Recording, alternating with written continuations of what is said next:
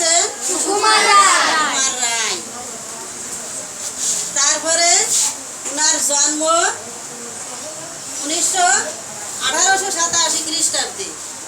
আলোচনা দেখতে পাচ্ছি না। ওনার জন্ম 1887 খ্রিস্টাব্দে। কত সালে? 1887 খ্রিস্টাব্দে। উনি মৃত্যুবরণ করেছেন 1923 খ্রিস্টাব্দে। কত সালে? 1923 খ্রিস্টাব্দে।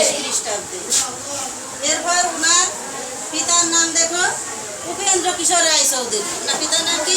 উপেন্দ্র কিশোর রায় চৌধুরী। ইনি কোথায় জন্মগ্রহণ করেছেন? কলকাতায়। ওনার পৈতৃক নিবাস কোথায় ছিল? ময়মনসিংহ জেলায়। উনি দেখেন অনেক কিছু রচনা করেছেন।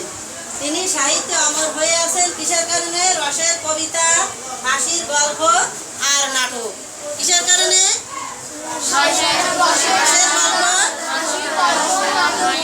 নাটক প্রভৃতি ইত্যাদি। দেখো এরপর উল্লেখযোগ্য রচনা আছে আবল তাবল, হওয়া যাওয়া বড়া লওয়া। তারপর আছে পাগলা দাশু।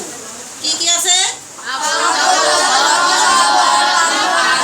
পাগলা দাশু। এই শ্রাবণে কবিতাটি কোন ছড়া গ্রন্থের অন্তর্গত? তাহলে আর সমস্যা আছে? শ্রাবণে এখন যেরকম বর্ষা হচ্ছে, শ্রাবণ মাসেও এরকম বর্ষার গল্প আছে, প্রকৃতি সতেজ হয়ে যায়, সেগুলো আছে। তাহলে এগুলো তোমরা খাতায় লিখে নাও, পরবর্তী ক্লাসে দেখা হবে। সবাই ভালো থাকো।